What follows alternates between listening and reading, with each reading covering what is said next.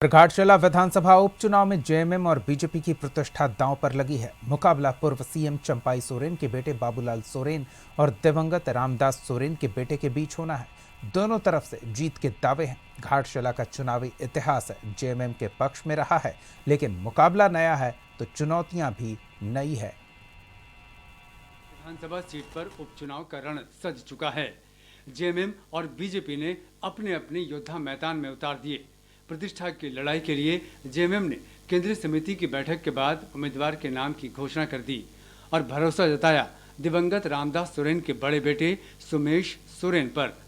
वहीं बीजेपी की तरफ से पूर्व मुख्यमंत्री चंपाई सोरेन के बेटे बाबूलाल सोरेन एक बार फिर से चुनाव मैदान में हैं। माना जा रहा है कि जेएमएम रामदास सोरेन के निधन से उपजी सहानुभूति की लहर को वोटों में तब्दील करने के साथ अपने गढ़ को सुरक्षित रखना चाहता है। उपचुनाव के लिए हम लोगों ने पार्टी से रामदास सोरेन जी जो दिवंगत हमारे मंत्री रहे हैं, उनके बेटे को हम लोगों ने प्रत्याशी के रूप में खड़ा किया। सुमेश चंद्र सोरेन का नाम है।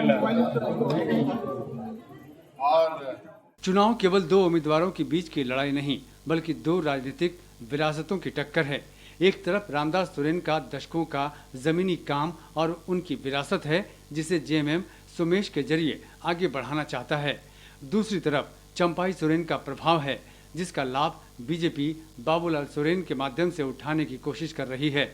ये दूसरी बार है जब बाबूलाल सोरेन घाटशिला सीट से चुनाव लड़ेंगे। 2024 में हुए विधानसभा चुनाव में जेएमएम के रामदास सोरेन को 98,000 से अधिक वोट मिले थे।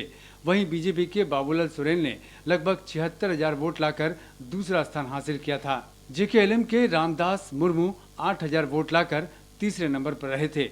एक बार फिर सभी दलों की तरफ से जीत का दावा किया जा रहा है। अब हम अपनी जिम्मेवारी निभाने की ओर अग्रसर हैं। अब समय आ गया है कि जो भी वहाँ के पार्टी के हमारे कार्यकर्ता हैं, नेता हैं, सभी लोग लग करके घाटशिला उपचुनाव की जीत सुनिश्चित करें।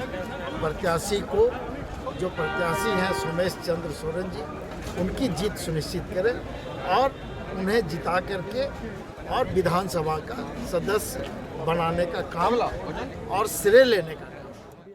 इस प्रदेश में जो अराजकता का माहौल है, अपराधी नंगा नाच कर रहे हैं, भ्रष्टाचारी और भ्रष्टाचार चरम पर है।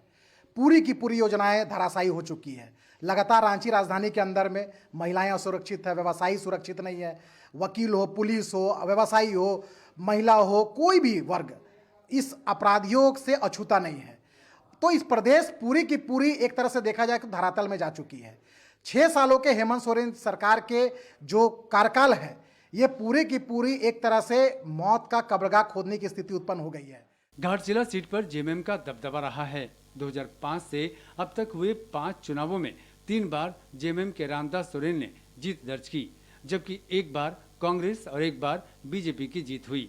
2005 के विधानसभा चुनाव में कांग्रेस के प्रदीप बालमुचु जीते। वहीं 2009 में जेएमएम के रामदास सोरेन की जीत हुई। 2014 में बीजेपी के लक्ष्मण टुडू ने यहां से जीत दर्ज की और इसके बाद 2019 और 2024 में रामदास सोरेन फिर से जीते। पिछले विधानसभा चुनाव में एसटी के लिए रिजर्व सीट पर जेएमएम का जादू चला था और महागठबंधन की बड़ी जीत हुई थी। एक साल बाद हो रहे उपचुनाव में किसका पलड़ा भारी रहता है और सोरेन वर्सेस सोरेन की लड़ाई में कौन भारी पड़ता है, ये 14 नवंबर को मतों की गिनती के बाद पता चलेगा। ब्यूरो रिपोर्ट, कशिश न्यूज।